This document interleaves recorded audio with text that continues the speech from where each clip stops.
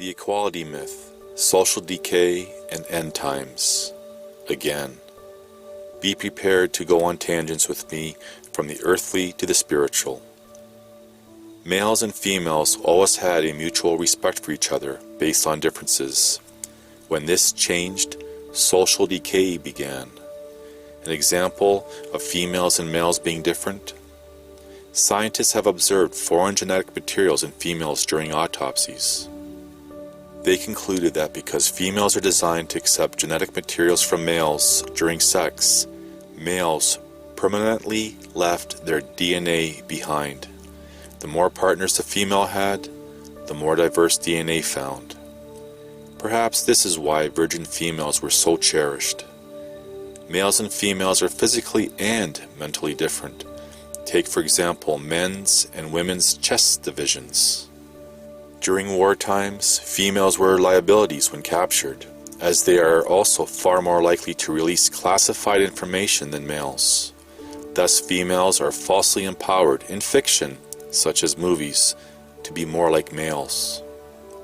This will cause serious problems in reality, as females will be the cause of more conflicts which they cannot deal with, leaving the beta and omega males to intervene for them, to win favor from them, and the alpha males defaulting to their instincts to protect. Over 90% of wars are secular, and most of those are based around females in one way or another. Even biblically, as a historic record, the Aramaic Targum book of Genesis states, Cain was seated by an angel after Eve desired him. The story of the apple was Eve and Lilith's role for those who accept that story, and the theme of the garden that continues to this day. Females meet or at times exceed their potential when life conditions are optimal. Take, for example, the ease of feminine hygiene, birth control, and forced laws. Females create their own false self-empowerment by dismissing reliance with those closest, such as family, to rely on strangers who have no invested interest, such as government. Females are far more likely to rape other females and males of any age, commit domestic violence, murder, use of weapons, pedophilia, manipulation of others, psychological abuse, use sexuality for advantage, bestiality, homosexuality, cross-dressing, mutilation of others, false accusations, common crimes, sorcery, etc., alone, with others, or via others, with little to no repercussions, far more than males. Yet males are vilified far more. The said is supported by reports such as the DOJ, the NISVS, the CDC, Scientific America, etc. This is not to forget paternity fraud by females and females leaving one male for another to upgrade. The feminist narrative has infiltrated everything in today's world, from social and politics to wilderness topics and religion. Other studies show male and female prostitutes for males show a split between sexual pleasure and mere companionship and touch, whereas females it is far greater to be for sexual pleasure. Male and female strippers for males show although males do become aroused, males are far more somber with relationship fantasies, whereas females become extremely aroused while becoming more animalistic with lust. Yet males are portrayed as the dumb savage of the two only genders. Feminism is truly about the beta and omega, the lesser of the human gene pool, females wanting equality with the alpha females, with males being the casualties of this struggle. The same is now being observed with the incel movement from a male's perspective. There have always been incels throughout history, but not until the rise of them, and since the natural order has been turned upside down. In today's world, All have been given the same social status under the guise of equality, thus all have been given a voice. Even Socrates stated that the right to vote, to have a voice, was not meant for just anyone. This was based on the fact most lack critical thinking skills, an extensive knowledge base, and cannot separate emotions when making decisions. Biblically, the same is observed with the Great Fall, the Watchers, the Garden, and throughout that history. It was all about the lesser wanting equality with the greater. We observe the same today. There are the cycles of civilization, and we are in the late stage of the last stage of this civilization, the age of decadence. With life conditions allowing too much time, boredom within the human species, thus we have become the snake that eats its own tail. And part of this includes the rise of resentment of males, which turns into hate. We repeat history because history is forgotten either by chance or design. What is observed historically is the demise of civilizations always begin with the rise of females, feminism, followed by the rise of the lesser of the human gene pool, more and more laws, followed by the rise of the busybody, social justice, followed by the rise of gays. Look up what they are teaching prepubescent children. Trannies, look up their reading to public school children. Pedophilia, look up TED Talks. Bestiality, look up recent Canadian laws. Cannibalism, look up actual restaurants in the USA, etc. And then here's the fallout. Your men will fall by the sword. Guess what? When women take over a culture, men become weak. When men become weak, they can be conquered. They can be conquered. You're watching that happen in this country. As more and more and more and more women ascend to power, more and more men become weaker and weaker and weaker, and the level of vulnerability just keeps escalating. Your men will fall by the sword because they become weak. You've literally lived out the curse of Genesis 3. You've desired to dominate them, and you've done it. And your mighty ones are going to fall in battle, and her gates will lament and mourn, meaning the city. And deserted she will sit on the ground. Guess what? When all the men have been slaughtered, you can sit there with all your jewelry and junk. You've been conquered because you've overpowered your protectors. Their oppressors are children, and women rule over them.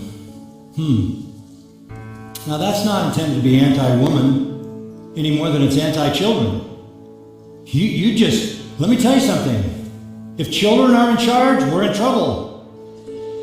If women are in charge, we're in trouble. And if you look carefully at our nation, you would have to agree that it's childish, young, inexperienced, ignorant. Because of the myth of equality, the acceptance of theories which have no basis in reality become accepted as fact. Practical science has been confused with theoretical science, thus all sciences have equal status. Take, for example, the liberal arts pseudoscience of psychology. Those who choose to live alternative lifestyles, such as homosexuality and cross-dressing, always had their right, but with social restrictions.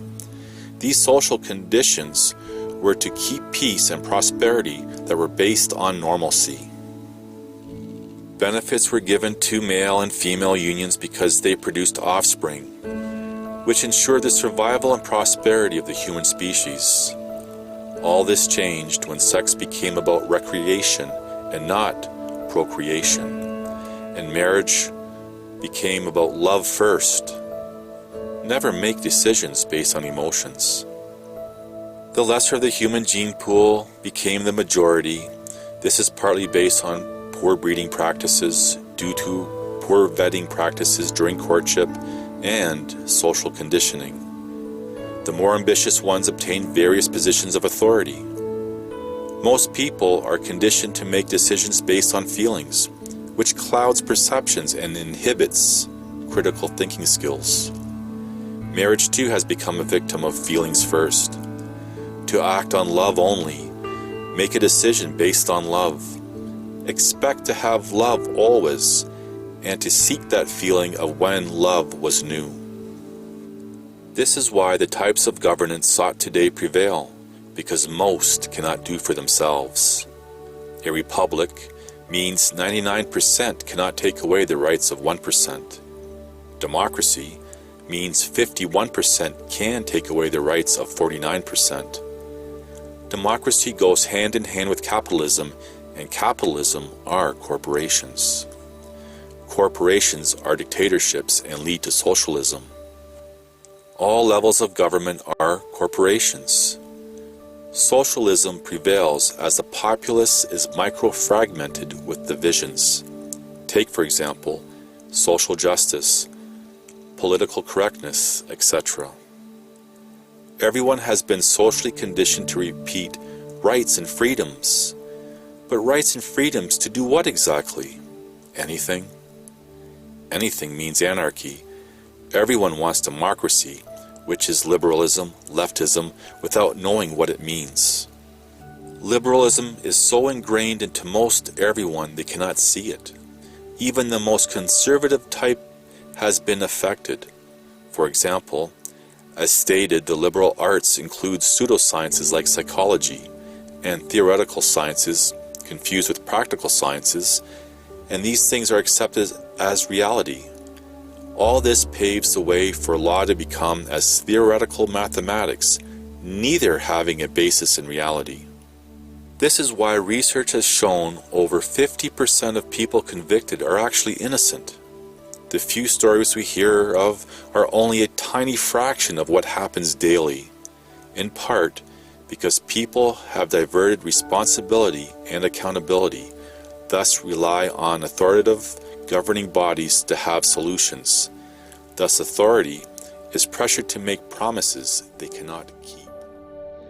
I never said I killed King. I didn't kill him. I'm pleading cause of Alford. That's A-L-F-O-R-D. It's a moderately old U.S. Supreme Court case, and it says, even if you are not actually guilty and you are pristinely innocent, you may plead guilty to the charge if you think that doing so is in your best interest, under all of the circumstances as you know them to be, and you're doing so freely, voluntarily, understandingly, knowingly, advisedly, and intelligently. So Ray had gone through all of these. There is also the rise of entertainment such as movies, music, sports, etc. All things once reserved for children have become adult pastimes. Emotions play a role in most everything today, and why this is, always begins the same.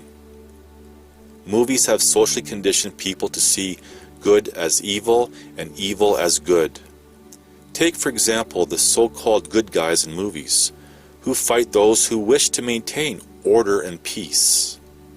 Equality is a myth. Males and females are physically and mentally different, and so are each within.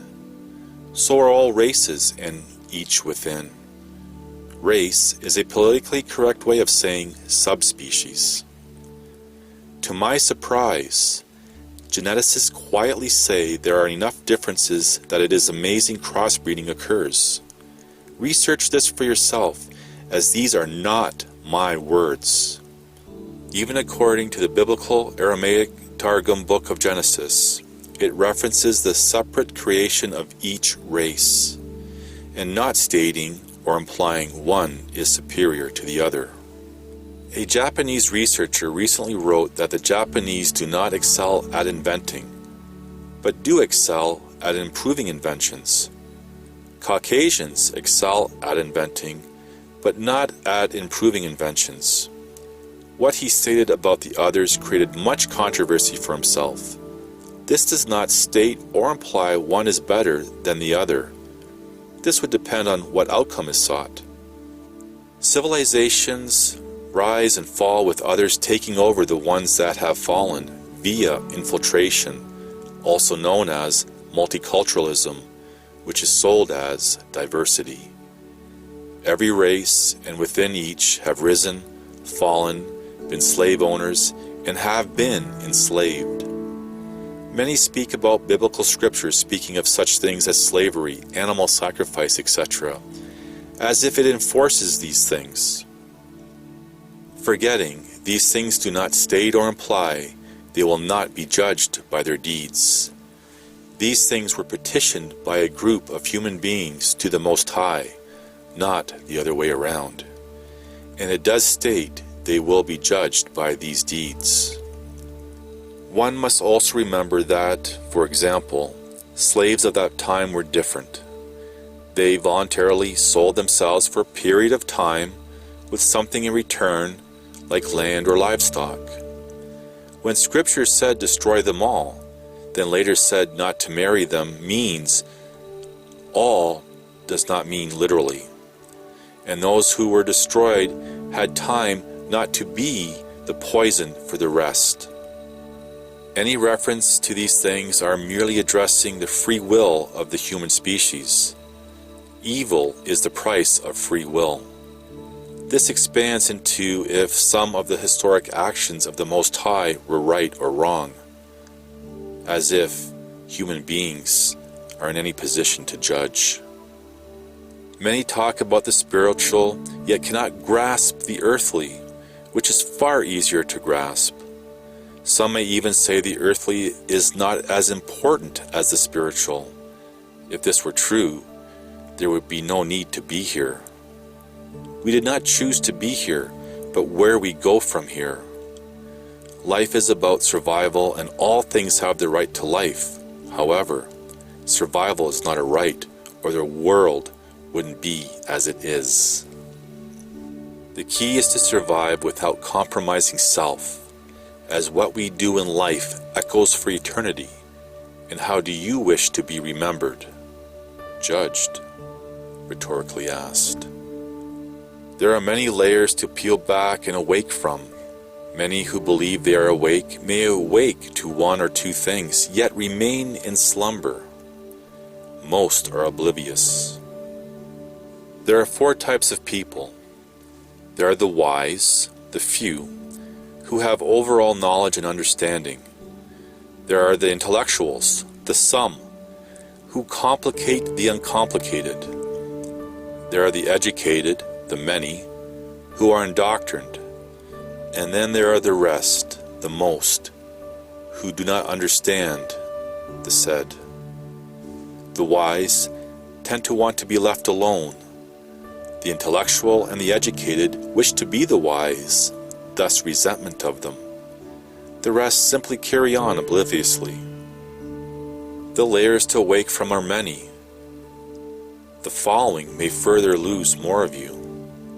Take, for example, the finding of artifacts found in solid granite, which is to be millions and billions of years old, with the acceptance of more theories such as ancient technologies to be applied, while dismissing evidence. Mechanical computing devices, watches, pickaxes, and boots with human feet still inside. The tags on the boot date back to the manufacturer in the late 1800s to the early 1900s. Side note, what about the shoes with human feet washing up on the shores of North America? The finding of such artifacts in solid granite is not the focus, but rather what events have occurred with no recollection by anyone, nor any record of these events taking place. What about changes in Scripture? This has been discussed all the way back to ancient times using different descriptives, from the gods, small g, playing games with humans to the 1960s books on time slips to the term used today. This leads to a topic most dismiss as bad memories or lies. What does Scripture say about the earth? Is there an assumption that Genesis 1 and 2 talk about the same event or 2 different events? I mentioned time, but what is it? Pseudosciences and theoretical mathematics would have most believe it is something more than a tool to measure change. Time, as referred today, is an illusion. It doesn't exist. What else appears to exist, say with observations? But I digress. Nothing stated is a theory, opinion, belief, perception, perspective, or even a want. It is observable. It can be cross-referenced and tested. The said creates questions atheists and those of faith cannot answer in full without separating and dismissing parts of these events. How human beings are can be found in the Aish experiment, the Milgram experiment, the Stanford experiment, and Rosenhan experiment. Julia Shaw experiment shows how easily it is to implant false memories. Think about how this plays a role in today's world. And for clarity, I have not stated or implied anything negative about any group. I went on many tangents because everything ties in together. Most fail to consider remote and direct, related and unrelated sources to find the truth. Most focus on one or a few topics and speculate a conclusion. Thus, most accept and agree no one can be certain. Perhaps it is true, but others can be more certain than others. The obstacle becomes feelings. For most, it is simply beyond their abilities. And the gurus of today are merely people who want to be heard with nothing to say. So who am I to say anything? I'd honestly say no one. Although Christianity has been a part of my life, my relationship with the Most High is not based on the writings or interpretations, teachings of others. Here are some personal examples. I was not meant to have been born. Understand this as you will. When I was a child, I died twice by water, with the second time paralleling other woo-woo things in my life. I avoid dying by not being where I should have been at the last minute, which was talked about by adults for years later. Fast forwarding, I survived being deliberately poisoned in my late teens, and I was literally on my deathbed. And I have other examples, as well as a lifetime of woo-woo and research. I know, using the words from when I was a child, the nice ones and not so nice ones exist. So I have these first-hand experiences to my knowledge base. Some interesting side notes that may or may not have any value. I am sure they are merely coincidences.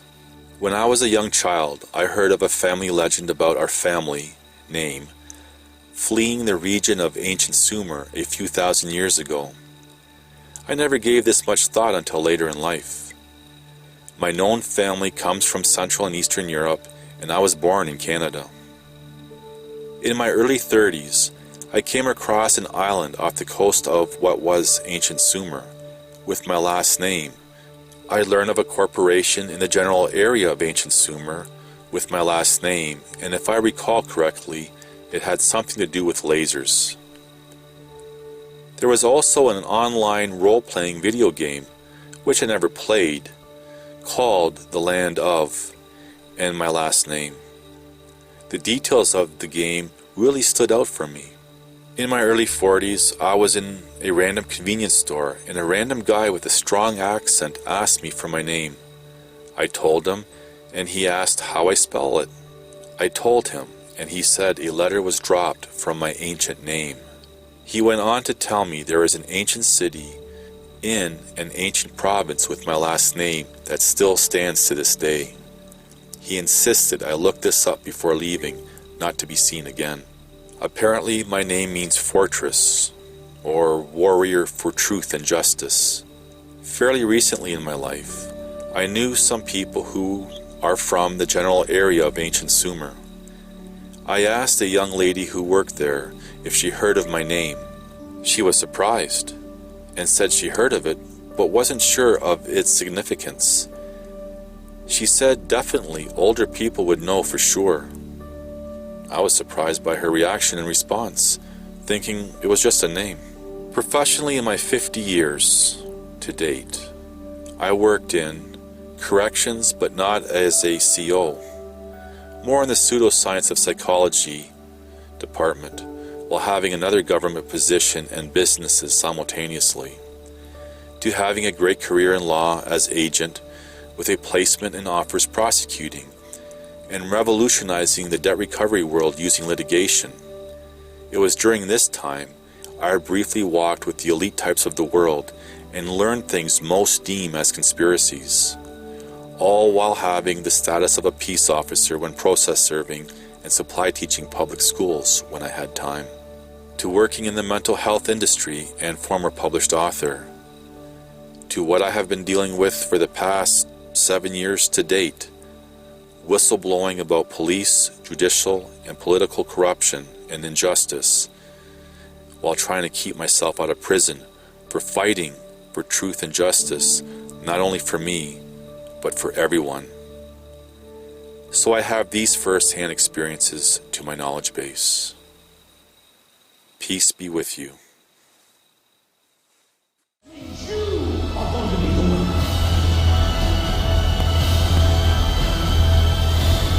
Listen to this and write it down if you can't remember it. You're never going to outgrow warfare. You simply must learn to fight. I hear people saying to me, oh, when is it going to get easier? When you die.